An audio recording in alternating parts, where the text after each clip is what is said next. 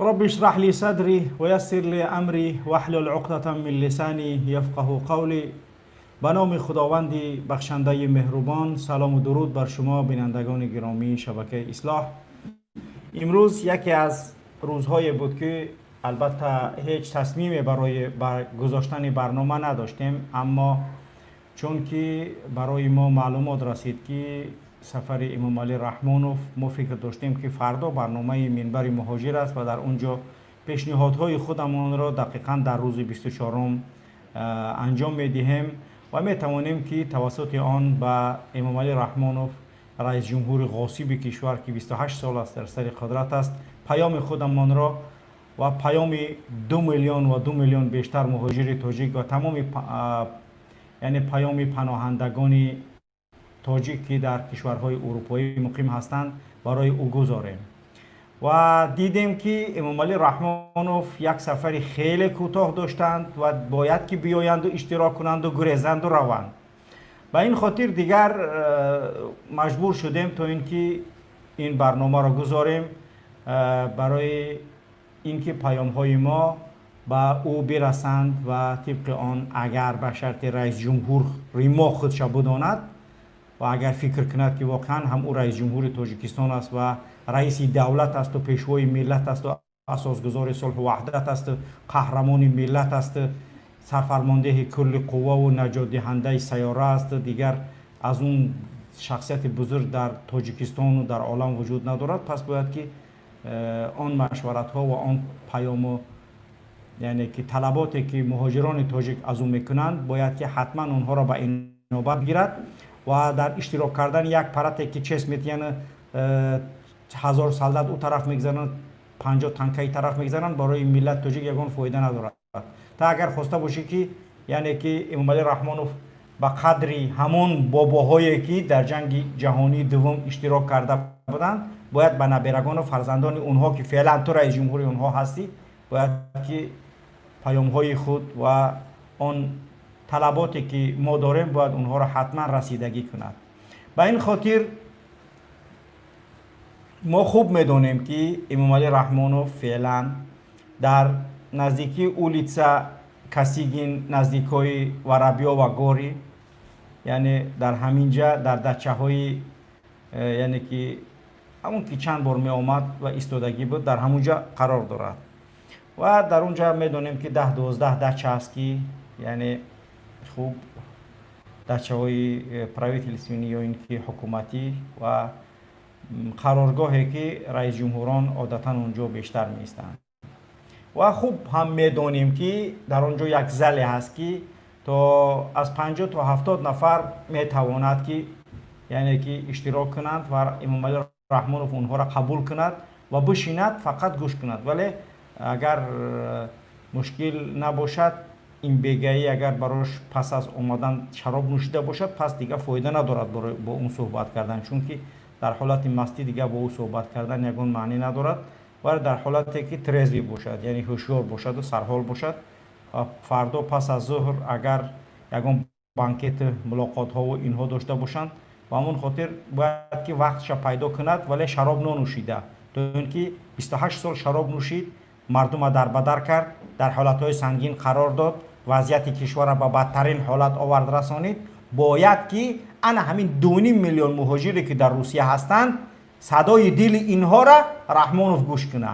اگر خودش رئیس جمهور تاجیکستان میدوند، اگر خودش مدیون انا همین 2.5 میلیون مهاجری در بدر که در روسیه 28 سال از زندگی دارن، باباش آمد رفت، پدرش آمد دارد دیگه نمیدوند برگردد، میان تاجیکستان و روسیه قرار دارد، فرزندش فعلا در روسیه است، با نبیره اون مردی که تقریبا عمر رحمانوف دارد اونم در روسیه قرار دارد. پس شما پدر اون که مثل عمر رحمانوف دارد و نبیره و پسر اونها چی هستند؟ فعلا در روسیه زندگانی دارند. تقریبا 3 نسل است که در روسیه کار و فعالیت زندگانی میکنند. ولی من با تمام صراحت میگم که بیش از 50% درآمدی دولت تاجیکستان از همین مهاجران تاجیکی که در روسیه قرار دارند، در روسیه کار و فعالیت دارند، در روسیه تحقیر میشوند، در روسیه کشته میشوند، در روسیه به کار کارهای شاقه و با کارهای سنگین مشغول هستند، ولی با مادر و پدر و نزدیکانشان به تاجیکستان مبلغ میفرستند. انا همین مهاجرانی که تابوت های گروز 200 اینها با تاجیکستان حتی دیگر نمی رود، نمی خواهد که تابوت های اونها را قبول کند. انا همین تاجیک هایی که در روسیه مزارها و قبرستان های یعنی که خیلی طولانی و خیلی بزرگ از انا همین مهاجرات تشکیل شده است. پس باید که صدای انا همین مهاجرات را امام علی رحمانوف حتما شنود، نه اینکه تو میای برای یک پرد اشتراک کردن گویا که تو میخواهی روح انا همون تاجیکایی که در جنگ جهانی دوم کشته شدند گویا که تو خود نماینده اونها، تو همین بچهای زنده شه، انا فرزنده و نبرای زنده انا همون جنگاورا را احترام نکرده است. من تراولی از جنگ افغانستان و از اون وتران های جنگ افغانستان هیچ چیز نگفته ایستم که اونها گروه با اصلاح نوشته ایستادن که وضعیتشون چخیل است. تو با همون فرانتویکای فرانت خلقیه که تو را آوردن سر قدرت ماندن احترام نگذاشته ایست، ولی ما مجبور باید بکنیم تو را که وادارت کنیم که رحمانوف در همین چند روزی که در مسکو هستی شراب نخور. رحمانوف خودت فکر که مهاجر تاجیک هستی، اگر چنده که تو میره در جای لوکس و در گسنیسه و در اون یعنی که مکانها و باشیشگاه های مخصوصی که برای تو آماده میکنن خواب میکنی، ولی همین چند روزی که در روسیه هستی در حالت ترز و در حالت سرخوشی قرار نگیر و درد دل مهاجر تاجیک بشنو. و زنهای تاجیک از تاجیکستان دسته و گروه نامه برای ما میفرستند. پسرم رفت حدود 1 سال از چیزی برام نمیفرستد، شوهرم رفت دیگر برنگشت، پسر می نویسد که پدرم در روسیه است دیگر پیدا نشد، یک زن روس گرفت رفت. همه اینها مصیبت هایی که بر سر این مردان تاجیک آورده است از بی اهمیتی و از ناعهده برایی های تو رئیس جمهور همین ملت تاجیک گرفتار شده است. پس باید تو لااقل 2 روز شراب ننوشی و در بانکت هم که اشتراک میکنی در همون جایی که دعوتت میکنن باید شراب نوشی نکنی. کوشش که غم ملت در حالت هوشیاریت بفهم، کوشش که ملت قبول کن نماینده های مهاجرانی که در روسیه قرار دارن و نمایندگی این یعنی که قشر بزرگ آسیب پذیر مهاجر تاجیک نمایندگی میخواهند بکنن، تو باید اونها را در حالت غیر مستی قبول بکنی. تو باید که درد دل اینها را شنوی. اون سفیر تو پدخلیمات نماینده حزب خلقی دموکراتی تو دستور پیشی بر رئیس گستیوای دومت برای ما مهم نیست. برای ما مهم نیست که تو اونها را قبول میکنی، دستور پیشی بر میگن جناب عالی پیشوای ملت اساس زور وحدت، اگه تو دیگه بسیار آدم بزرگی، تو برای ما را هیچ کس نیستی. تو اگر بخوای که کسی باشی درد دل مهاجر و نماینده های مهاجرایی که میخوان با تو ملاقات کنن حتما اونها را باید قبول کنی. دیروز عزت امان در یک صحبت خطابش گفت که 5 دقیقه یا 10 دقیقه، نه 5 دقیقه یا 10 دقیقه دیگر وقتی 5 دقیقه و 10 دقیقه ملاقات کردن نیست. تو باید ساعت بشینی درد مهاجر را گوش کنی، تو باید بشینی و بپرسی که گروز 200 ملت تاجیک و تاجیکستان روان کرده می شود، تو باید بشینی بپرسی که حالت مهاجر چگونه است در روسیه. عبیدالله افامت خودش چی گرفت؟ نمایندگی و حمایت از تو که رفت گرفت، ای وظیفه دفعش که گورش که یگان چی نشید. ما از تو طلب میکنیم، ما مهاجرانی که در روسیه قرار دارند ما میدونیم که اونها حالتشون واقعا هم وخیم و وزمین است. از جنگل های روسیه برای ما نوارها میفرستند که این نوارها دلالت کننده است که 20 نفر 30 نفر مهاجر تاجیک بدون رنگ به مانند غلام کار فرمیده ایستاده شده هستند از طرف اشخاصی نامعلوم شهروندان روسیه و بدون مزد و معاش. تو فکر کن که 30 نفر تاجیکی که در اون جنگل فعلا برای ما نوار فرستادند، اونها مادر و پدر و زن و فرزند دارند که نه کمتر از 150-200 نفر را تشکیل میکنه در تاجیکستان. همه اون 200 نفر از دست تو نان نمیخوره رحمانوف، از دست یعنی همین 30 نفر مهاجری که در داخل جنگل خواب است از دست انا همین نان میخوره. پس تو با دامادت میگیری از اینها با پلهای روان کردگیشون چیکار میکنی؟ با کمشه میدزدی و کمشه برای اونها میتی. اونهایی که با کارت میفرستن هر روز برای من زنگ میزنن و شکایت میکنن که من روان کردم مبلغ 150 سومونیش از یعنی که روان کردگی من با کارت گرفته رحمانوف، یعنی که بانک جون نورالیزاده. نورالیف نورالی زاده کردی با وظیفه دوباره تعیینش کردی. ما میفهمیم با همون خاطر وقتی که اومدی روسیه دیگر تو برای یعنی که خرسندی کردن در اونجا ایستادن شیشتن تا اینکه پرد بگذره و دستک تایتری کنی ما برای ما لازم نیست. این تو پاسی خاطر انا همون بزرگمردای تاجیک که در جنگ جهانی دوم کشته شدن از دست استالین و برای حمایت وطنش میدونی هر چیزش میدونی مهم نیست، ولی مهم که نبرگان و فرزندان انا همون جنگاوران که فعلا در روسیه هستن تو باید با اونها سازش کنی، تو باید درد دل اونها را شنوی. ما برای ما 4-5 دیاسپورایی یعنی که شیطانی که امنیتی تو مونده است اونها را قبول برای ما اصلا اونها را قبول نکرد. نمیخوام نام بگیرم دیگه دیاسپورا یعنی که دیاسپورایی که در روسیه هستن قرار دارن و زندگانی میکنن با کمیته دولتی امنیت ملی کار میکنن. تو وقتی که میخواهی که درد دل واقعی مهاجر را بشنوی پس نماینده های واقعی مهاجر را قبول کن و بپرس که چی گپ است و اونجا کمیته امنیت را پروتکل نیت نه یا که در پیش جناب عالی گپای خوب بزنه تو اینکه زیق نشوه.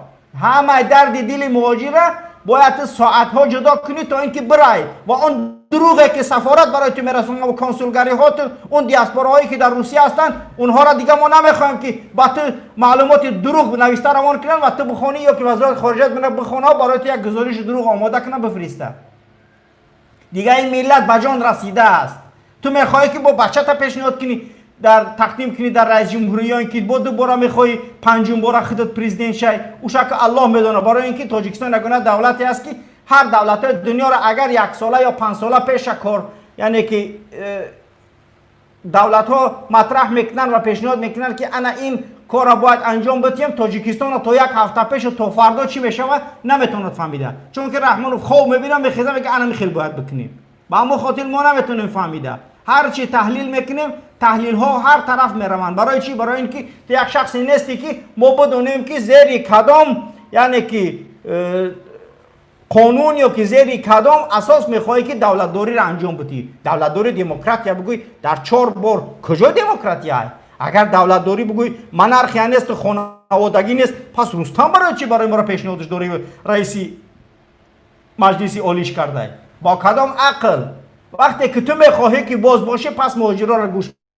رحمانوف با خبرت میکنم آگاهت کرده ایسم تو اگر بخواهی که لعنت مردم برای تو بیشتر نشوه و نفرت و خشم این ملت برای تو بیشتر نشوه حتما تو مهاجرا را باید گوش کنی. اگر مهاجر را گوش نکنید 50% دولت ترا که دولت اولوی ترا همین مهاجری که در روسیه گشته است انا همین تامین میکنه. مردم 3 ماه 4 ماه شده است معلم معاش نمیگیره، دکتر معاش نمیگیره. آسیب دیده ترین قشر جامعه همون دکترها بودن که در تاجیکستان بیش از 60 نفرش به هلاکت رسید. نه کرونا ویروس اعلان کردی مردم در حالت تنگنا قرار دادید قبل از آمدن سازمان بهداشت جهانی 1 روز قبلش اعلان کردی. اتوکایت مردم فریب میکنی میگردی. باری دیگر تکرار میکنم ایزد امان آن چیزی گفته است 5 دقیقه یا 10 دقیقه به ما مهلت یعنی که وقت جدا کنن 5-10 دقیقه درد 2.5 میلیون مهاجر گفته نمیشود. 5-10 دقیقه امکان ندارد که درد مهاجر گفته شود. باید به نماینده های مهاجرانی که واقعا نمایندگان مهاجرین هستند اونها وارد میشوند و اگر اون نمایندگانی که میروند دستا پیش بر جناب عالی تو بسیار آدم بزرگی هیچ آدم بزرگ نیست رحمانوف در تبرد در روی رحمانوف برسان. اگر چاپلوسی وارد نشه نمایندگی نکه از مهاجرا. وقتی که تو میخواهی درد دل مهاجر داخل جنگل برای رحمانوف گپ زنی برای از نام ملت گپ زن، نه اینکه دستات پیش بر بگوی جناب عالی کار ما بسیار خوب است همه خوب است ما مشکلات نداریم ما دیگه هیچ چیزی برای ما وجود ندارد. نه والله این خیلی نیست. در واقعی همون مهاجرانی که در جنگل ها خوابند در سپیس پریومنیک ها خوابند در زندان های روسیه قرار دارند باید که انا همون نمایندگان مهاجران با امام علی رحمانوف انا همین درد رساند و رحمانوف هم پیان نباشه. باید وقتی قبول و وقتی صحبت کردن با مهاجرا تو روسیه برای استراحت ناومده اینجا گرمت نیست در روسیه اومدنیت گرم در شنبه ماند اومدی در دل مهاجر گوش کن شراب ننوش 1 روز 2 روز شب ساعت 12 نیت داری که روز فردا بار بگردی برای و با بعضی خولا اگر باتیا یعنی که رئیس جمهوری بلاروس یا اومده است در میانجیگری میانی تو میانی پوتین امکان داشته است که نسترین خوب باشه میباشی. ما با نسترین تو کار نداریم. ما با طبیعت تو کار نداریم. تو وظیفتای که تو باید درد دل مهاجر تاجیک گوش کنی. دروغ نگو که تاجیکستان همه تنج است، تاجیکستان همه خوب است. نزدیکای اینها در تاجیکستان اگر انا همین 2.5 میلیون مهاجر نباشه، اون نزدیکای اینها در تاجیکستان برخ مرده بودن از دست تو و اولاد غارتگری تو. تا کی دیگر در چشم مردم خاک میشپی؟ قبل از برنامه ده ها زنگ شد که التماس یکون خطاب خوب که تو اینکه امام علی رحمان زیب نشه مقاماتش. من خطاب نکنه برای من. خطابی که برای من میکنه با مهاجران معامله خوب کنه. بگذار من کشته شوم، بگذار من هر چی بر سر من بیاید، ولی ملت من نباید دیگر غلام کسی باشد. ملت من نباید دیگر اسیر کسی باشد. ملت من نباید دیگر پراکنده باشد. ملت من نباید با تهمت وارد زندان شود. ملت من نباید دیگر سرخم پیش هر اجنبی و خارجی باشد. رحمانوف میانی قبول کرده مهاجرا را، بگو قبولشون که. اگر قبول نکردی بدون که انا همین 2.5 میلیون مهاجره که در روسیه هستن همش در روی تو و اولاد تو توف میکنن. تو باید که قبول کنی و نمایندهای واقعی مهاجرا را قبول کنی. من نامبر نمیکنم که اونها کی هستن. اونها را خودشان مهاجرا باید که بفرستن که کی را میدونن لایق به گفتن درد دل اون مهاجره که داخل جنگل است و بدون پتنت و گشنه و زار حال و نال در روسیه گشته است. هر روز در شبکه های یوتیوب و اینترنتی از مردم پول میپرسن. شرم است برای تو رئیس جمهور که مردم تو در اینترنت ها پول میپرسن. زنها گریه میکنن که ما پول نداریم. زنها میگن ما با تن فروشی مشغول هستیم در روسیه، دیگر کار نداریم. تو خود اگر رئیس جمهور این ملت میدونی والله تو روز قیامت از نزد الله جواب میگوی. این ریاست جمهوری تو به نهایت میرسد، عمر تو هم به نهایت میرسد و هیچ کس هم در این دنیا ابدی زندگانی نمیکند. ولی باید تو از مردم مهاجر و درد دل واقعی مهاجر بپرسی. در اونجا سفیر اصلا لازم نیست. دیاسپورایی که میخواهند که با تو صحبت کنن اونها برای این مهاجر اصلا خدمت نکردن. دیاسپورا معلوم است که منظوری من کدام دیاسپورا است. آن دیاسپورای چاپلوسه که در پی امنیت اونها را تشکیل کرده است. نمایندهای واقعی مهاجران را قبول کن و درد دل اونها را بشنو. من نمیگم که تو چه کار بکن. هر درد دلی که مهاجر دارد آن درد دل را بشنو. مشکلات مهاجران را آسان بکن. وظیفه تو این است. برای اکسترادیسیون پیدا میکنی میلیون ها مبلغ میتی که یک مبارز از مسکو بگیرن برن. ولی برای مهاجر مرگ مرده مهاجر برای بیماری مهاجر مبلغ جدا نمیکند که مقامات تو سفارتی تو میخواهن همیشه برای تو هدیه کنن. میخوان همیشه برای تو بگن که فلان مخالف و فلان چیزا برای تو ما ارسال کردیم. و تو درد دل مهاجر را بشنو. بار دیگر تکرار میکنم نباید دیگر امام علی رحمانوف بیاید و ساعت 12 شب چپسر بگردد شنبه برود تا اینکه در گریمش دیر نکنه. گریمت منتظر میمونه. گریم های دیگر هم در دوزخ منتظر تو هستن انشاءالله. کامراهای معین الله. باری دیگر میگم با مهاجرا و با ملت بازی نکن. نمایندگان ملت در روسیه مهاجر هستند و نمایندگان انا همون مهاجرانه که 50% و 60% اقتصاد دولت تاجیکستان دست اونهاست. اونها را تو باید قبول بکنی. و اگر قبول نکردی تو خودت دیگر رئیس جمهور تاجیکستان نه حساب. آزاده رحمان اگر تو منو میشنوی، اگر پدر پیانای، اگر پروتکل رحمانوف میشنود منو حتما براش برساند و در همین منطقه که هست قرار دارد یک شب دیگر بماند و خواهش میکنم پیانش نکنی، مستش نکنی و خواهش میکنم دیاسپورای دروغین پیشش ندارین و خواهش میکنم دستی سفیر گفتی گپا کنسول اونها را نیاره دستا پیشی بر. ما گفتیم که سفیر کی است، کنسولش کی است، دیگهش کی است. دیاسپورا برای ما نمایندگی اونها لازم نیست. اون دیاسپورایی که یتیم تشکیل کرده است اونها برای این ملت فایده ندارند و اونها نمایندگی نمیکنن این ملت و دیگر این دروغ های تو نمیگذرد امام علی رحمانوف. پس ما منتظریم که تو یک گروه مهاجر اگر از دیاسپورا را قبول کردی پس با دروغ گفته ایسای. اگر کنسولا قبول کردی با همون سفیر با همون چاپلوسایی که در روسیه هستن رئیس گستیوای دوم نماینده انویدیا در روسیه اینها برای ما را اصلا نگون ارزش ندارن. پس تو باید که نمایندگان مهاجران را قبول کنی. دیگر از این بیشتر نمیخوایم سخن کنیم و اگر بینندگان گرامی که میخواهند چند سخن با در این خصوص گویند، دیگر مسائل صحبت نکنیم، تنها در خصوص سفر امام علی رحمانوف به مسکو و هر چی دارد و پیشنهاد دارد، یعنی که ما تا نیم ساعت، یعنی که حدوداً اگر با وقتی مسکو مثلا یعنی که از 7 مسکو تا 7 نیم، یعنی که حدود 50 دقیقه 40 دقیقه ما زنگ های تلفنی شما را قبول میکنیم. برنامه ما نه بیشتر از 1 ساعت است امروز و فردا برنامه منبر مهاجر است که اون برنامه با وقت خودش ان شاء الله که صورت میگیرد. پس زنگ های شما در مورد انا همین قضیه که امام علی رحمانوف امروز میخواهد که یعنی که امروز در مسکو قرار دارد و چیکار کند، باید چی درد دل دارد و چی میخواهد به رحمانوف بگه. آن درد دلایی که به تلفن تنها با من میگه در اینجا بگه تو رحمانوف شنود. اگر زنگ تلفنی باشد قبول میکنیم.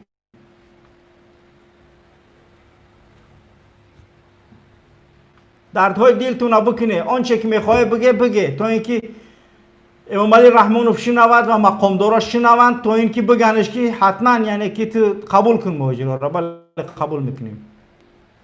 بفرمایید. بله.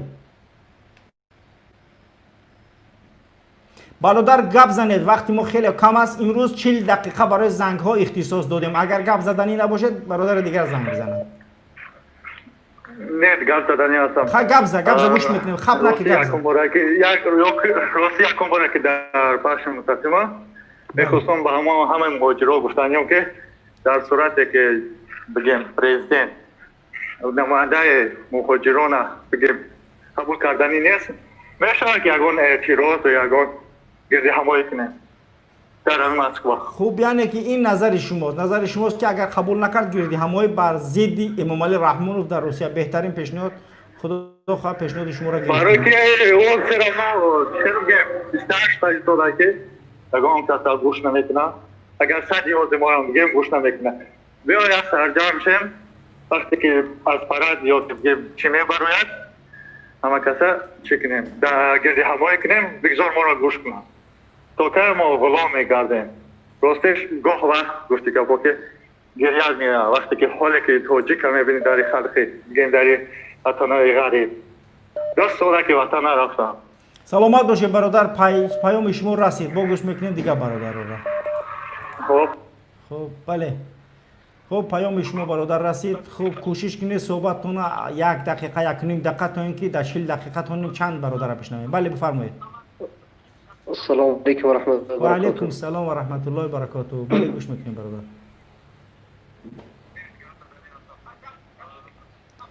گوش میکنیم برادر که وقت زنگ میزنید کوشش کنید گپ زنید. بله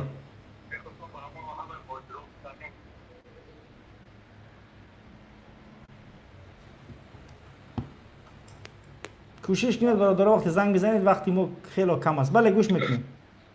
السلام علیکم و رحمت الله و برکاته برادر عزیز. و علیکم السلام و رحمت الله و برکاته. بله بفرمایید. برادر عزیز چه گفتنیم که باید که امام علی رحمانوف قطیمو لیچنا باید که سرچت کنه، باید که بخوری کنه، درد دل مهاجر بشنوه.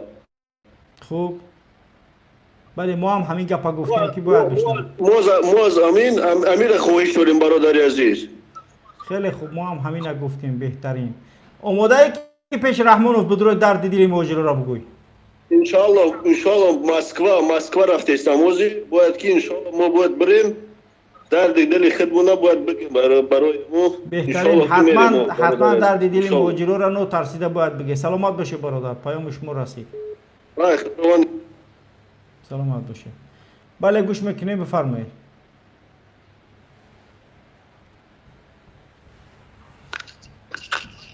السلام علیکم و رحمت الله و برکاته. بله بفرمایید.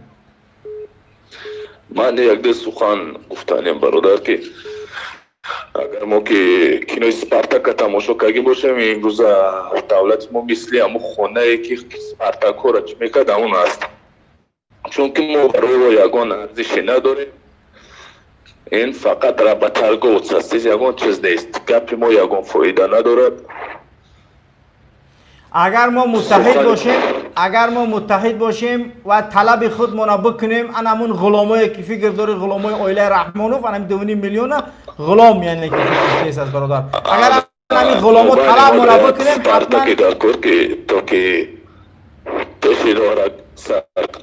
انشاءالله که سپارتاکو پیدا شده غمش نکنه هر از سپارتاک که او سپارتاک در پیش سپارتاکو توجیکی چیه اول سپارتاک در پیش سپارتاکو توجیکی دست بگیره سلامت باشه برادر پیام شما رسید بله بفرمایید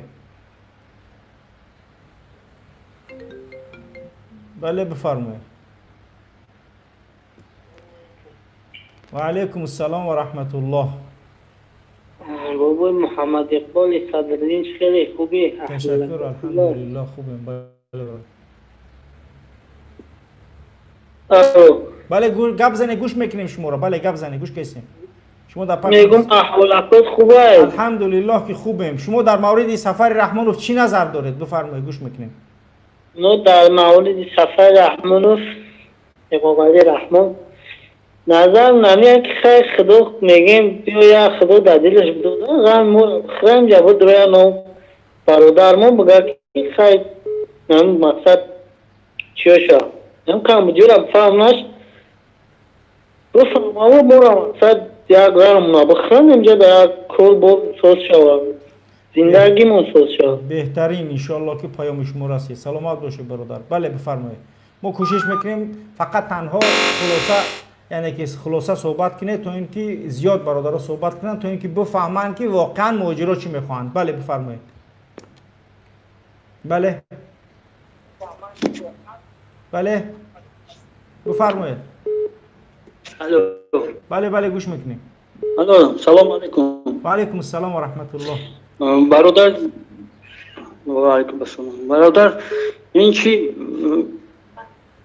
منبر موجیره برادر امروز برنامه مخصوص برای سفر رحمانوف به مسکو است یگان نظر درباره سفر مسکو به رحمانوف دارید یا ندارید در 30 سکوند امیره بگو بله آره پیش ما برادر دیگه گفت زد گفت که بیا چی کنیم چی تشکیل کنیم گفت یکی وای راست میگه این پروای ما نداره پروای یکم تمام 2 میلیون مهاجرین بمریم یکم تام پروای یکم تا ندارم فکر داره که نماینده مهاجرا در روسیه برای با رحمانوف درد دل ما را برسونه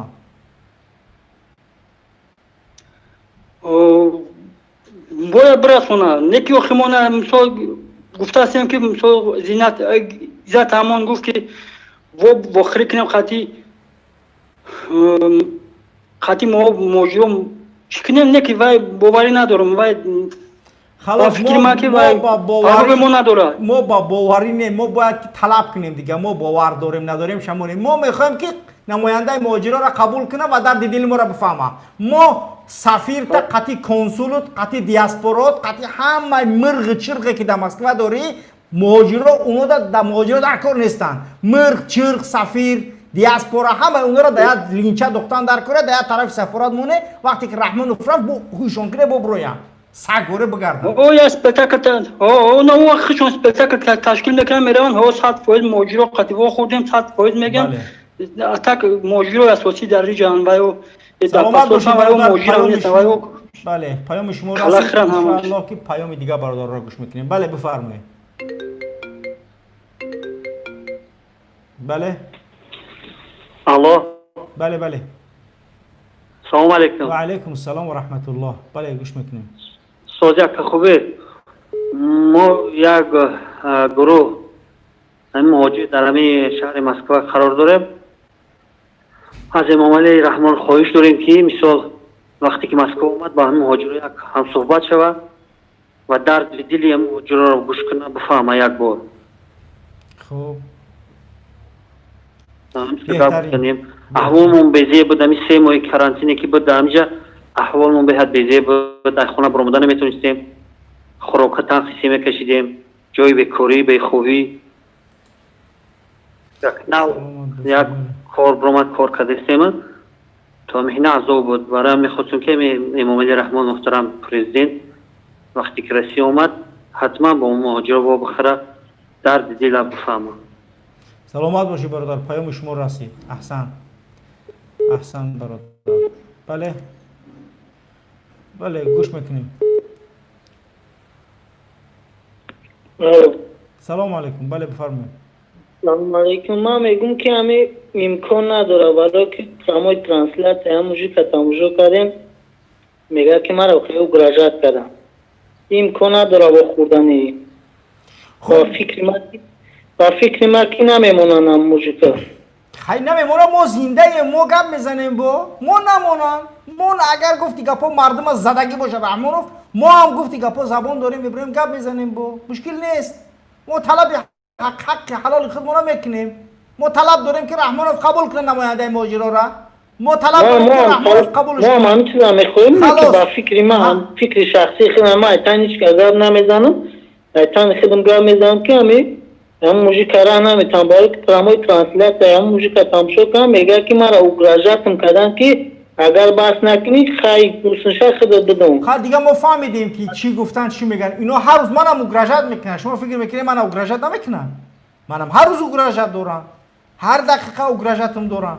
میکشم بس که ملا را میگن زنگ بزنه که هزار زندگی تبر اگه خیلی دیگه چی نمیرسه یگان مشکلات داشته باشه حلش میکنیم. اگه بیا خیلی همین توجیک پشتیش نگی این توجیک مرغای میگن پشتیش نگی ای پشتت نمیخیزه موند میکشنه تمام هیچ کس یگان گپ نمیگه. گفتم چی بگم بعد گپ هم مردم قبول کنیم نه اخی قبول نکردیم. نه آخه مرغ خودتی بگم مرغ خودتی حسابی همه پیدا بودم مرغ ما نیستیم ما خروزیم مرغ تید اوجد خمود خونده همین حاضر قبل از همین برنامه زنگ زد یک ملای کلان تاجیکستان زنگ زد یگان 5 دقیقه با برنامه را ماندگی بود زنگ زد گفت که حضرت چی در کار پشتی هم توجیک میگیری توجیک پشتیش نگه که توجیک فایده نداره میکشنه تمام هیچ که لعنتی تو چهار تیارن تو باشه اگه جا دیگه ما مقصد سر ما دیگه زندگی حلال میمود نه در فکر جنگ تاجیکستان خدا الهی را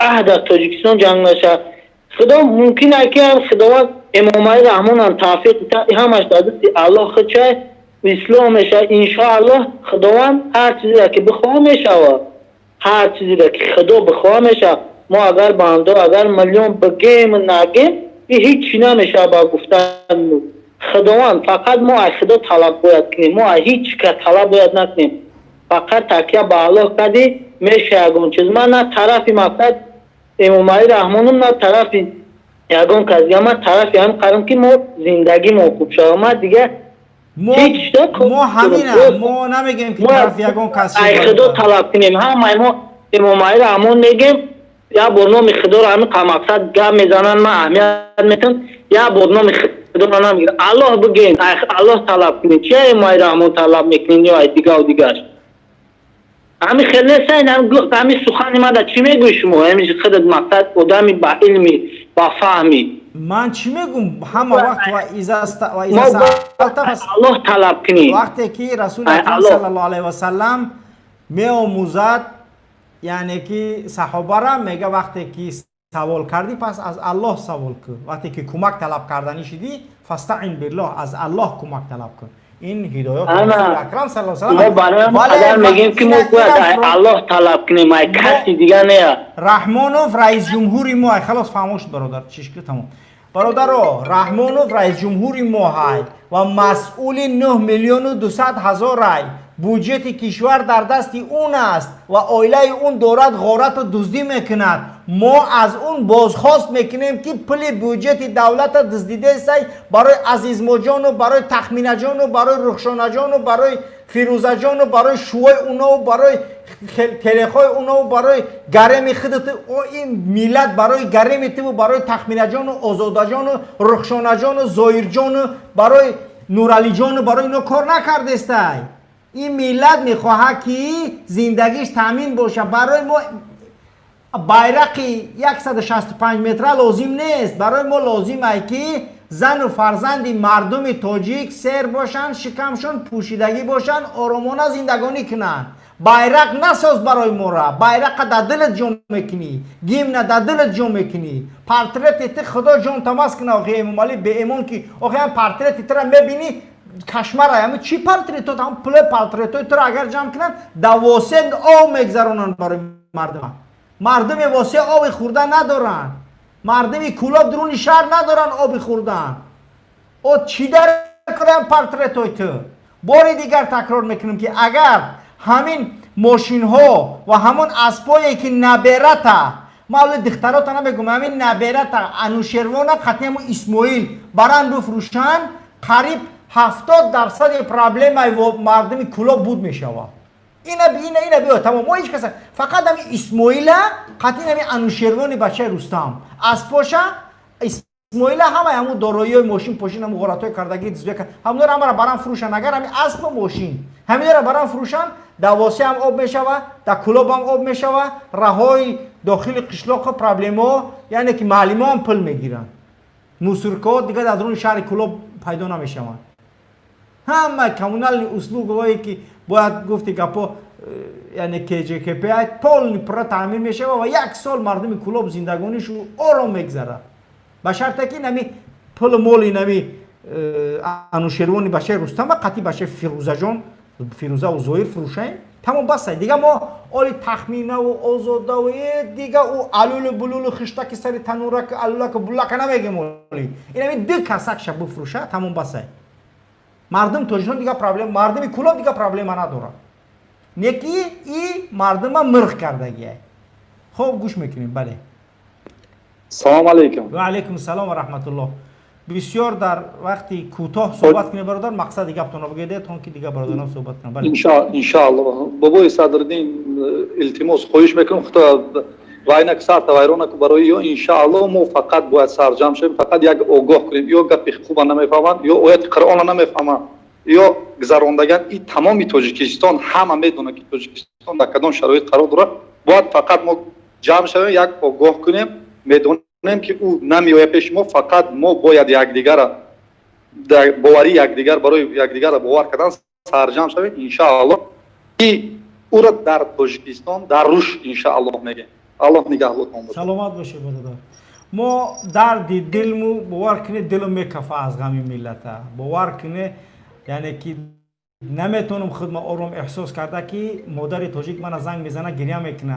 زن تاجیک زنگ میزنه گریه میکنه که بچه‌م در روسیه زن تاجیک زنگ میزنه شوهرم در روسیه 3 ساله نیامده است مادر تاجیک زنگ میزنه میگه سالهاست بچه من ندیدم برای چی میگم میگه یک لیسته چیه ده همون لیست داخلش کردن بچه‌ک ما تروریست بردن میگم بچه‌اش چیکار کرد میگه بچه‌م بازوری قرآن میخوند نمیدونم مشکلی تروریسته من چخیل با دلم نسوزه به این ملت من چخیل دردم نکنه من چخیل آرام باشم من چخیل آسوده باشم من چخیل خب کنم این ملت پرتون برم من اگر از همین خونی تاجیکی داشته باشم من مسلمان باشم آیا من میتونم که همین 2.5 میلیون مهاجر را من ترک کنم زنای مظلوم تاجیک در تاجیکستان ترک کنم که رحمان و ظلمشون کنه و تاجیکای مظلوم بیچاره دیگر را در روسیه ترک کنم که گفتی گپا ظلم آروی ظلم تحقیر قرار بگیرن و هر روز ما در یوتیوب برام ببینم که چیکار کنن یعنی که مردم تلبیده سنه هر یک آدم زنگ میزنه یک چیز پل میگه یا تلبیده است آیا چخیل من خودم آیا مسلمان میدونم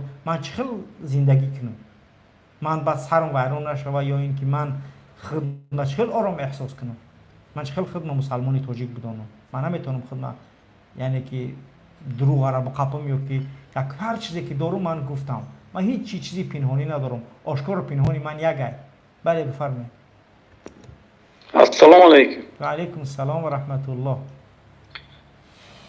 سلامت باشه اکا جان ما گفتنیم که ما رحمان و فگان چه طلب کردن نیستیم ما رحمان و فقط همی وظیفه خود شدن مثلا هم وظیفه خودش خیلی هست همون رو به قانون و قاعدش اجرا کنه ما او یکون چی نمیطلبیم انا برای همون وظیفهش قانون قطعی اجرا کنه باید ما بریم بگیمش که وضعیت مهاجرات در روسیه انا همین خیلی ای خانه سوخته آخی تو در فکر همین مهاجرات 2.5 میلیونه که 50-60% اقتصاد تاجیکستان از همینای هستی یا نیستی انا میره بریم دروش باید بپرسیم نه اینکه دیاسپورا برای او را اچات دروغ روان کنه و سفارت کنسول مرغ خر خینگلی در مسکو طرف رحمان و ای ام وی دی و ای نیهانی و ای یتیم فی خدازاده با را بگیرن اچات رای کنن که اما اینجای مر نمیخوایم اچاتای به امنیت دیاسپورا و سفارت کنسول مرغ چرغی در مسکو بدگیتا ما میخوایم مهاجری واقعی بدره در پیش رحمانوف گپ زنه رحمانوف ما مشکلات داریم رحمانوف ما پرابلم داریم انا میره تا وقتی که مهلت رئیس جمهوریش مونده است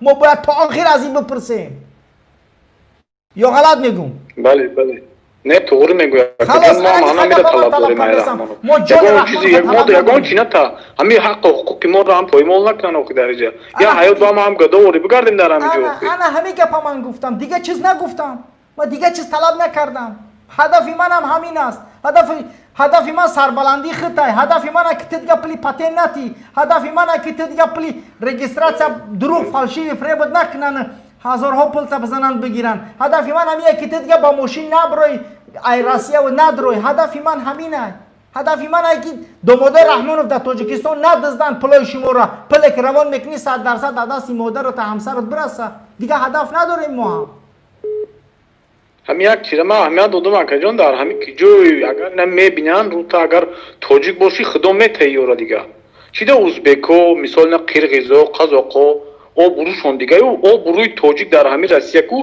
تماما او برو نداریم باور کنین یا نکنین هیچ قدر قیمت نداریم در پیشیو اینا برای همه برادری گرامی گفته هستم که باید ما قدر قیمت پیدا کنیم اگر به شرطی که ما و تو بخیزیم اگر به شرطی ما و تو صدا براریم اگر به شرطی که ما و تو یک مشت شیم و متحد باشیم هیچ کس نمیتونه بازیدی ما بسته که رحمانوف من پیشوای ملت اساس رسول وحدت تاجیک باید که تجاوز کنن در کره شوهرش روسیه روان میکنه دخترش در گریم میکنه یک دیگران زیوفرینش زیاگاوهران اگر عضوی به درد آورد روزگار دیگر عضوها رو نماند قرار خیلی شده که یگان عضوی تاجیکی ما باور که به درد نمیاد در همیشه او روز سلامت باشه برادر پیام شما رسید الله حفظتون کنه بله بفرمایید برادر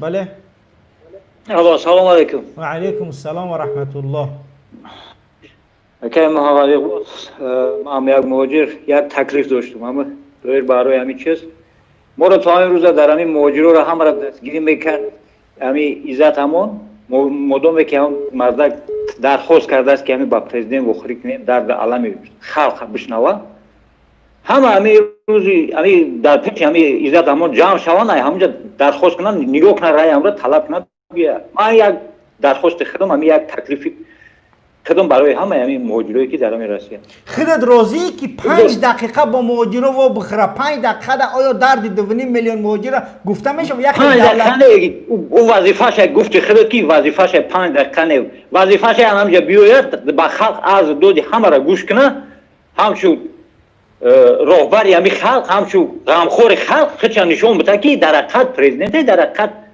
همین دولت صاحب داره همین حکومت خلق با خودش سرور داره احسن همین بعد اثبات میشوه همه جا اثبات میشوه همین داشتن همین خلق سرور با همین که پیخته منم گفتم من 5 دقیقه قطعی نمیتونم زنم قطعیش هستم کودکم 5 دقیقه نمیتونم سلام علیکم سلام علیکم 5 دقیقه برا این همه خیلی 5 دقیقه قطعی نمیتونم پرابلم ملت فهمده 2.5 میلیون یک کشور 2.5 میلیون اهالی دارن خودشون تو فکر که یک کشور دیگه در روسیه زندگی داره خدا جان تماس کنیش کمبای به ایمان مردم قبول که بفهم 5 دقیقه نمیشه درد دل مردمش نویده 28 ساله مردم مرخ کرده سلامت باشی برادر نه شب سلامت بله برادر 15 دقیقه دیگه وقت داریم بله بفرمایید الو بله بفرمایید سلام علیکم برادر من یک مهاجر از تنی زیاده از 50 مهاجری که قطعا هست در علاقه هستیم ما از رئیس جمهور تکلیف میکنیم ما خواهش نه ما تکلیف میکنیم که نماینده مهاجرا را قبول کنند شخصا من خودم تیار هستم که با برادر عزت امان رفته با رئیس جمهور هم صحبت شوم درد و دل ملت با او برسونیم که مهاجر در کدام حالت قرار دارند 5 دقیقه نمیشود باید ساعت ها ما هم فردی جمهوریم فردی تاجیکستان هستیم باید که برای ما وقت جدا کند ما تکلیف کرده که باید برای ما وقت جدا کند ما را قبول کند ما باید درد دل مخدون باید برسونیم همین کوتاه گفتم میتونه که ببینیش چیش میگوی همین رحمانوف دیدی پیشوای ملت من رحمانوف ببینم میگم که محترم پرزیدنت تا 16 نوامبر همین سال در وظیفه چی خدمت میتونی بکن بعد از 16 همون جیل جنبت گرفته برو بس کن همه چیز آمده رفت دارد اول و آخر دارد بس از وظیفه کنار شو مردم آزاد زندگی کنن. من همین گپا میگم. من تکلیف من قبول کنم در روی راست همین گپا میگم. حاضر چیکار کنه باید که تو 16 مای این مردم زندگی کن در کره تو 16 نوامبر چیکار کنه که تو 16 نوامبر مردم که در حاضر در همه جا هستن بیکارن اینا را باید یا که همه جا کمپنساسیون بتید یا که به تاجیکستان بگذرانه در اونجا اینا را معاششون بده که و یا زندگی کنن. کدامش که در اینجا چی مشکلی داره مشکلی رو باید حل کنن. بله. مردمی محاجرن. بله. زنایی که در اینجا هستن مادرها هستن من میدونم و یا بیچاره ها در اینجا و یا را باید دستگیری کنن صاحبی کنن و یا را. بله احسان خداوند صفی شهرمردای به مانند خط عکس یاد کنه الله غیرتی همین جوانان را به مانند خودت کنه. ایشالله حسن یک چیزی گفتنیم دیروز در نزد سفارت بچه‌ها جمع شدن برای بلیت مرا چندین آدما تلفن کردن که اکا میتینگ باشه برویم. من گفتم صد افسوس که میتینگ نیست نباشه میروم. بسیار هم بچه‌ها اونجا الکای مردم بیدار شده است برادر. انا همو دجا بلیت خرید دجا همو بلیت خرید میتینگ کردن در کار بود که ما بلیت نه ما مردا گور میریم دیگه یا برا میریم هممون. ایشالله ایش هم میشود اگر همین تکلیفی همین مردم مهاجر نگیرد اگر به شرط نماینده را قبول نکند ایشالله رحمان این چیز میشود ما را تشکیل میکنیم. سلامت باشه خدا نگهبان باقی در امان خدا باشه. برادران گرامی واقعا هم راست میگه دیروز وقتی که یعنی که پای اچرت های زیاد یا اینکه همون تابور یا اینکه مردم زیاد وقتی که میدیم در پیش سفرات من فکر کنم که ما انشالله مردم خستگی این مردم همه تاجیکستان رفته است. خدا خواه که انشالله مردم بگردن بروند با یگان گپی هم میشود ولی انشالله که ما باید فراموش نکنیم که پیروزی از این ملت هیچ فرد هیچ طاغوت هیچ دیکتاتور هیچ خانواده و سلاله تا ابد نمیماند و از تماما تارپودش از بین میرود. برادرها برای که نواری ما را رحمانوف و نفرانی که با او هستند ببینند لایک ها را بگذارید تا اینکه نوار نشر شود. لایکاتون را گذارید تا اینکه درد دل 2.5 میلیون مهاجر برسه به ظالما تا اینکه اونها ببینند که مردم مهاجر میخوان از رحمانوف حقوق خودشون طلب کنند. برادران نترسید دیگه وقتی ترس گذشت. 28 سال از ما را کشتن 28 سال از زندانمون کردن 28 سال از تروریسمون میگن 28 سال از پت نمیدونم همه یعنی که اتهامات بر علیه ما کردن تا که دیگه میترسیم. گفتم یا برادر که هم زنم یا حجاب داشت گرفتنش خواهرم یا حجاب داشت گرفتنش مادرم حجابش گرفتن مسجد ما ویران کردن دیگه هیچی ندارم یا خونه دارم که اومدن میگن نلاگش از زیاد بتیم اگرم دپلی نلاگ دپلی سویت بتیمش دیگه با رحمانوف و کارگروشا دیگه چی دارم که میترسم دیگه چی دارم که میترسیم ای چی میترسیم برای چی بترسیم آیا مرگ آغاز زندگانی نو نیست یا این که ما و شما مسلمانیم ما و شما با زندگانی پس از مرگ ایمان داریم ما باید دیگه نترسیم. از چی میترسیم؟ ما برای آزادی ملت وطن باید که دیگه از چیزی نترسیم از کسی نترسیم. خوب گوش میکنیم. بله برادر گوش میکنیم. سلام علیکم. علیکم السلام و رحمت الله. خواسته نکه سوز هستین؟ شکر الحمدلله فرمایید.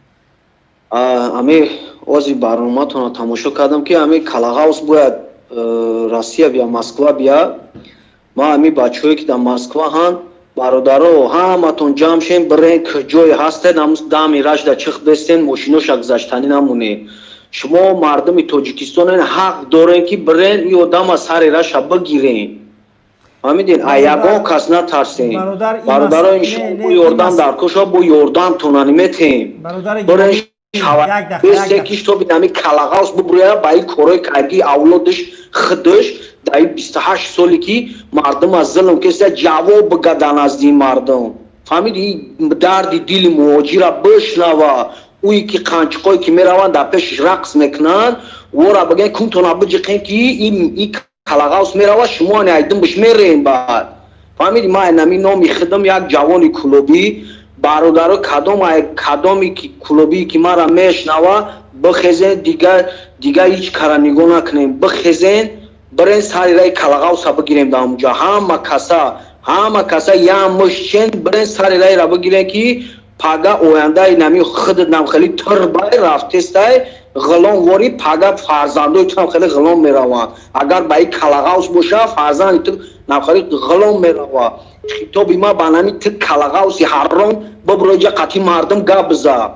فهمیدی او رقصو تا بگی سری را ندرویان. اوی که میان در پشت جنوب میگن ما جنوب گویا که نیستیم. ما کشیدگیم ترقتی اولاد.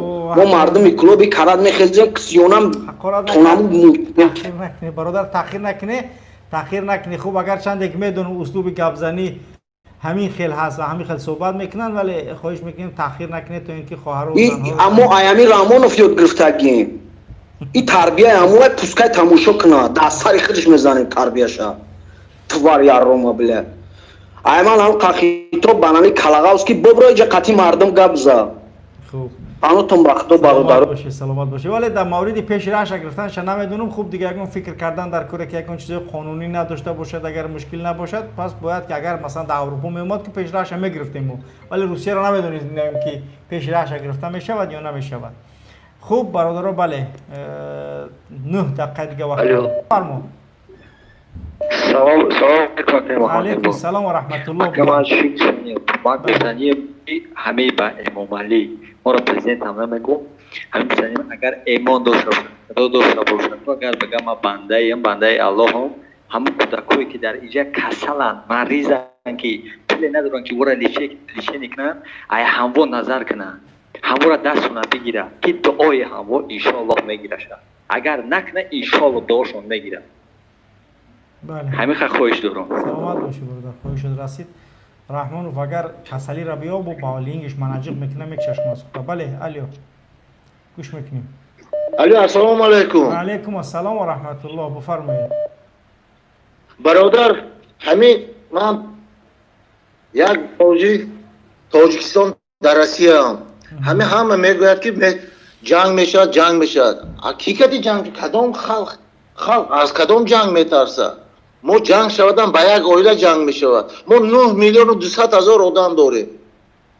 بله توغری است همین بله انا روید یک اویله کتی ما جنگ کردگی چاقماندی هم 1000-2000 آدم گیرد و اطراف هم بوز کتی 3000 میشه. خیلی که حاضی شما برای سفر رحمانوف به روسیه چی گفتنیه؟ حاضی به سفر رحمانوف برای ما روسیه انده حاضر چخیر پیش وای نبورد وای آمد از 500-600 تلخانی که داشت کتی وای نمی برد پیش خلق نمی برد که خلق درد و دیلش گوید برای همین تاجیکا التماس که بیاره یک جا ربیم پیشش حریات کنیم برو اینجا خلق درد و دیواش فهم گفته. بله سلامت باشه برادر پیام شما رسید. بله گوش میکنیم تو 6 دقیقه دیگه وقت داریم برادر زنگ بزنید برای که ما یک برنامه و کار دیگر داریم که از ساعت 6:30 و 7. السلام علیکم و رحمت الله و برکاته. بله بفرمایید. علیکم السلام و رحمت الله و برکاته. بله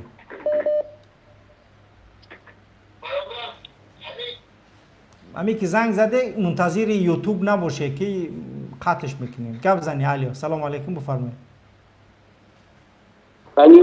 بله گوش میکنیم گپ زنی. سلام علیکم آقای محمد اقبالی صدرالدین. و علیکم السلام و رحمت الله. بله گوش میکنیم بفرمایید.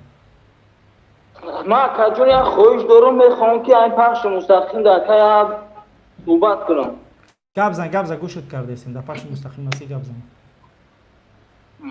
امام علی رحمانوف اکا مسکو اکا اومدگی اکا ما میخوایم که قطعش اکا پیشی صحبت کنیم اکا. خوب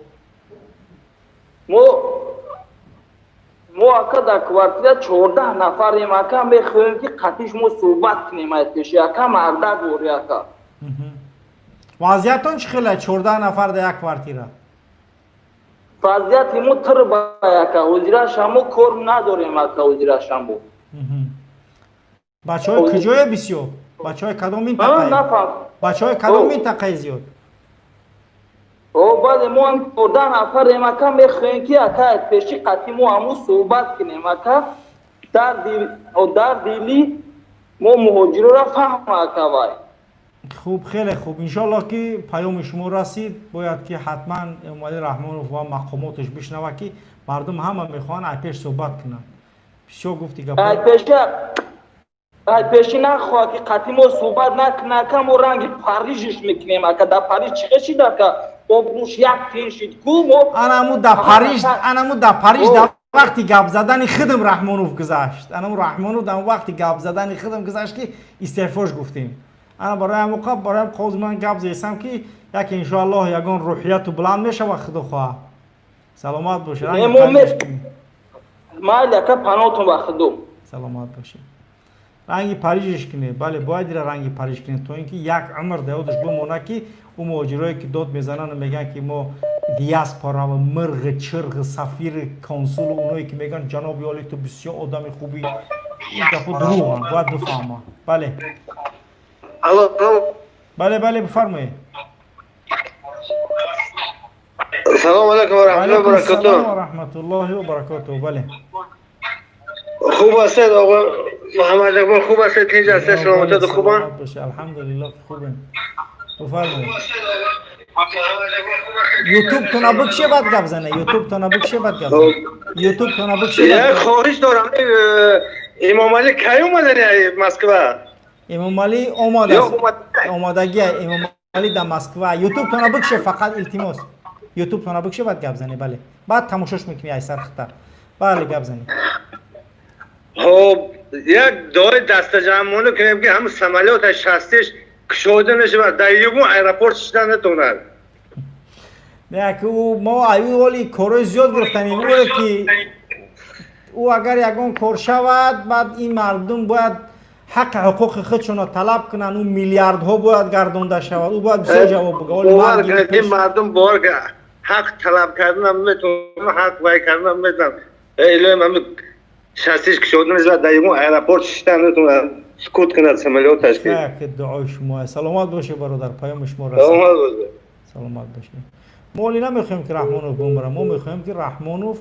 مبلغ‌های دزدیدگیش بتیه و در پیش محکمه ملت جواب بگه تو اینکه مردمی که پیشواش میگفتن ببیننش که کیه رحمانوف بله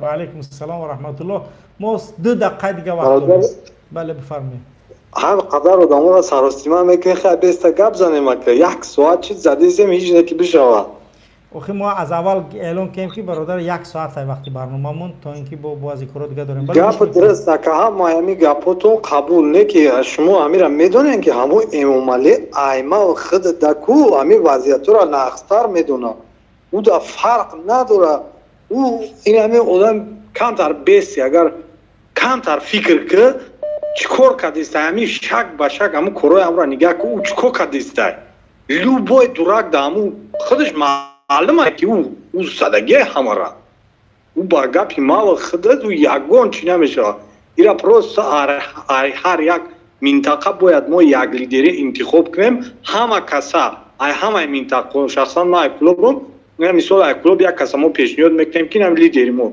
شما ای طرف که جای نمیدونم باید شما ای طرف خودتون لیدرتون باید طرف دیگهش همین خیلی همین لیدرو باید پیوست شوند یک جو بخیزن بخیزی یک کار بکنی این خیلی او گفته خیلی توزی زدگی کیف کدگی او که جو در فکری ما تا خیال نکنه او ولی در همین فکری تو یک در همین فکری شما یک چیز دیاد دیگه عقل نداره یک چیز دیاد محمد برادر یک دقیقه بسین همین راست میگنه که مثلا از مردمی خرقان تپه یک نفر از مردمی کلوب یک نفر از مردمی واسه یک نفر از مردمی همدانی یک نفر همین خیلی باید مهاجرا جمع کنن همین چند منطقه هست مثلا از سوخت یک نفر از اسفره یک نفر همین خیلی همه جمع شوند بروند اگر مردمی که مثلا مثال میگم ای خرقانیش بز بروما طرفدار رحمان و براد سوش پیش بر جناب عالی پیشوا ملت اساس رسول وعدت خودت بسیار آدم خوبی یگون قرقانی پرابلم نداره او آدمای دیگهش باید ببینن که ببرن بگن همین قرقانیش بز بود رفت درومات هیچی مصیبت اونا نگفت مردم قرقان خودش بعد حلش میکنن انا همین خیل اگر به شرطی که عزت امون اگر به شرطی که برادر درآمدنی باشه از هر منطقه یک نمایندگی بگیره و برای بدرویا تو اینکه پرابلم مردم گپ زنن که مردم همون منطقه در اینجاش پرابلم دارن ان شاء الله که این هم خیلی خوب میشه یعنی که بعد دیگه باید این گپ درست نه که او عزت امون اكو ده حیات سرش قبول نمیکنه این هم ما یا آدمی چیم این ما 1000% میدونم او قبول نمیکنه که اون کس او با همین نشوه اون کس که او میخیزه خطی عزت همون گپ میزنه خیلی نمیشه او ما یعنی کسا قبول طلبمونه نمیکنه انجام دادیم، ما طلبمونه کردیم، ما فکر طلب هم میکنی که طلب هم میکنی شما یک میدون چیکار کن همین پیشنهاد همین خیلی مقصد در هر یک جا باید یه لیدری پیدا کنن همون آدمایی که کدام منطقه است باید لیدرش گوش کنن اساسا در مهاجرتی همین کار در مهاجرت میکنی رنگ هم پیغمبر خدا هم چخیر کرد هم خیلی برمیگردی همه چیز به دست میگیری و خیلی خدا بعد همون آدمی که قدرت به دست میگیره همون آدم ده که پروردگار با ایمانش زیادتر کنه که بعد رنگ امام علی نشود رنگ امام علی نمیشود دیگه ان شاء الله که رنگ امام علی باید که انسان این کارهایی که امام علی کرده است نمیکنه اگر انسان تولدش کردگی باشه اگر پدرش نامعلوم باشه رنگ امام علی ولد زینا باشه اگر رنگ امام علی یگان خوتیک باشه امکانه که اگر انسان باشه و پدر و مادر داشته باشه و آیا اویلا باشه او این کار رحمان فنا میکنه این کاری ایرا هیچ انسانی که انسان تولدش کردگی باشه نمیتونه کرده. سلامت باشی برادر. خوب ورکنه ما یک بله بله بله الو و علیکم السلام و رحمت الله. بله بفرمایید. صدر قبول همون قضا میدن بخشش خیلی وقت انشالله میگم همین کلاغا زی بردگو اومگه ریم هم از کار بافکرم همون جواب دسته همون فکر داریم که پیون باشه یا هشار باشه همین را فکر داریم که خوناسوتا در سمالیات زندگی اومدگی باشه ای بدبخت کانکون پدافیل هم هستی بدبخت هم دونر زاگی خطی همون مانیاکو هم پوتین بودی هم خواه بدبخت میگم انشالله خدا خواه نصیب باشه پگه خدا خواه اگر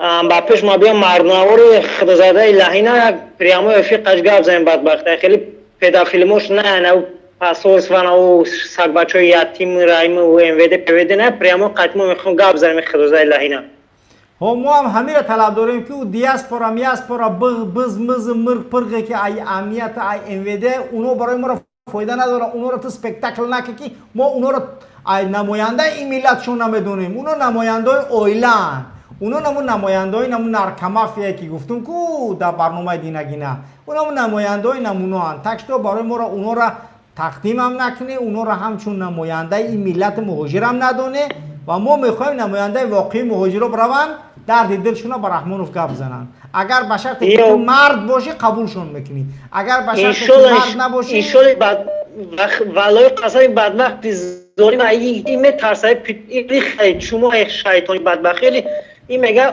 28 سالگی اوی توزه اعلام کرد بدبخت اینا وقتی من پلوب میدی دجال لاین یا قپاده پلوب در سنتروش اون نیست نمی سوات قطعی میتن کم من هم دنگه خر پر قد ویل قد ما میکشن و وابشه وجود ندارد پلوبش خلاب لبلا کجرا این قپاده خدا خود انشالله اگر مرد باشه کلاغاز یک همین گپا ما شنیده سازی بله گپا تا رحمانوف شنیده است انشالله رحمانوف قپاده راموس گفتم زن سانگا که همون کاسون برو که اول پشتگی دائمی با همون سانگا که نوکا فکر ترا موند بدبخت همون کاسون تا فراموش نکیج وقت خدا زاده این هر یکنی میلیون موجی زنان در تابیده گشتن سون کلا گشتن تو بدبخت میگوی پیشوی ملت تو پیشوی پاسوی ملت خدا زاده مر باشی بدبخت تا پیشوی ملت نگی ظالم بدبخت را محترمانه تو دجالی بیا پگه پریامو قتمو گابزن او پدر خدا زاده شیطان تو ناموس نداره تو بناموس پرات تو بدبخت خدا زاده تو دجالی تو ان شاء الله رنگ نمو پاریس نمو فرانسه کانر کوت خدا زاده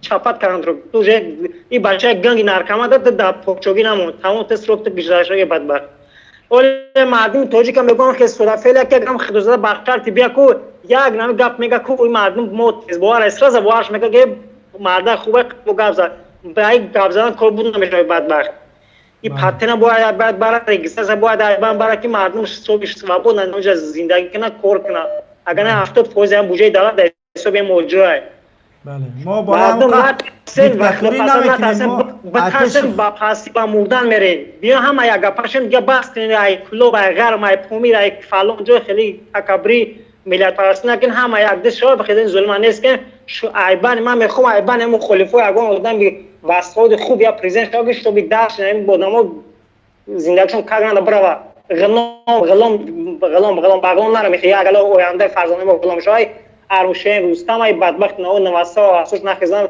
سر وظیفه دارن مردم عادی پرزیدنت شود بخش پرزیدنت وطن آباد کنم.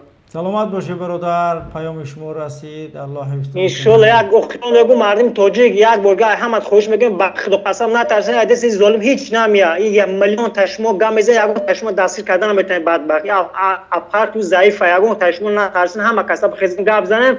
اقلا ده همو پرد بره اشتراک کنه. اقلا ده همو پرد بره اشتراک کنه. وقتی هم رحمان فادید دیکتاتور رحمانوف بگه 5-6 بار تمام دیگه آخی همون قمه فهمه که خودش کمی جمع آمادگی هم گفته. امی سه تخمی لق میگن داکسان بدبخت همه خرابشی یا تخم دا پیشش میزن دیگه گپ در پوغری نمیگیره. یعنی تخم قدی لقد زندان کو. سلامت باشی برادر. سلامت باشی. خوب برادرای گرامی، وقتی برنامه ما واقعا هم 6 دقیقه از وقتی که معین کرده بودیم گذشت. خیلی می‌خواستیم زیاد صحبت کنیم ولی بعضی یعنی که ترمین و بعضی کارهایی داریم که باید که حتما انجام بدیم و واقعا هم منتظر هستند تا به کارهامون. و امروز برنامه نداشتیم ولی چون دیدیم اینه خواستیم که از 5:30 تا 6:30 خودمون بگذاریم، از 6:30 تا 7:30 چی بود یعنی که مسکو. خب دیگر همین بود و حتما باید که امام علی رحمانوف نمایندای واقعی این ملت قبول کنه و بپذیره و درد دل اینها را بشنوه. بار دیگر تکرار میکنم اون دیاسپورا و کنسول و سفیر نماینده انویده و نماینده یتیموف اینا برای ما را یگان چیزی راست نمیگن و تو هم گپی راست نمیشنوی. تو باید ببینی مردم مهاجره که بگه که پرزیدنت تاجیکستان بگه انا همین پرابلم داریم، پرابلم ما را حل کرد. جناب پرزیدنت این تا پرابلم داریم، نه جناب اولی بگه و نه پیشوات بگه و نه اساسار سال وحدتت بگه. تو اینکه تو بفهمی که در پیش مهاجر کی هستی. اگر تو به شرط مرد باشی آزاده، اگر تو بتونی دیدست باشی مورا که میبینی مورا، حتما برسون با پروتکل پرزیدنت به وزارت خارجه که حتما مهاجرا را قبول کنه، حتما با مهاجرا صحبت کنه، حتما درد دل مهاجرا بشنوه. باور بکن آزاده این درد دل مهاجرا با بچهای ترام با دخترای ترام میرسه. همون آدمایی که در تاجیکستان زشتگی فکر داره انسان ها یگان وقت در بالای زین میشینن و گاه هوا زین با پشت هم میشوند. چرخی گردونه دور میخوره. فکر نکن که من جام معین میخیزم میگرزم میرم با کودکم. نه و انت تريد انا اريد الله يفعل ما يريد. تو میخواهی که یگان کار بکنی من میخوام که یگان کار بکنم ولی الله خودش آن چیزی که میکنه که خودش میخواد. و همون خاطر هیچ وقت ظلمی مردمی مهاجر را فکر نکنید. ظلمی هم بغل بچه های تاجیک در این مسئله هیچ وقت شما راضی نباشه. خوب برادرها 864 لایک شید. کوشش کنید لایک ها را بسیار مونیتورین که برنامه های ما با تمام ظالم با تمام اونهایی که یعنی که در یوتیوب یا که ما را نمیخوان ببینن ریکامندات شو ببینن. و دیگر یعنی که برنامه های ما خاصتا برنامه استعفا را کارمندان تکنیکی ما بسیار یعنی که مینولند که تماشای کم میگیره چون روی همونها با ماسک است و یوتیوب هم چی نمیکنه یعنی که ریکامندات نمیتیه. و اما خاطر شما را به الله پاک میسپارم. الله سبحانه و تعالی ما را در حفظ و حمایت خودش نگه بدارد و ان شاء الله فردا ساعت 8 به وقت مسکو برنامه منبر مهاجر را ان شاء الله که شروع میکنیم. سلام علیکم و رحمت الله و برکاته.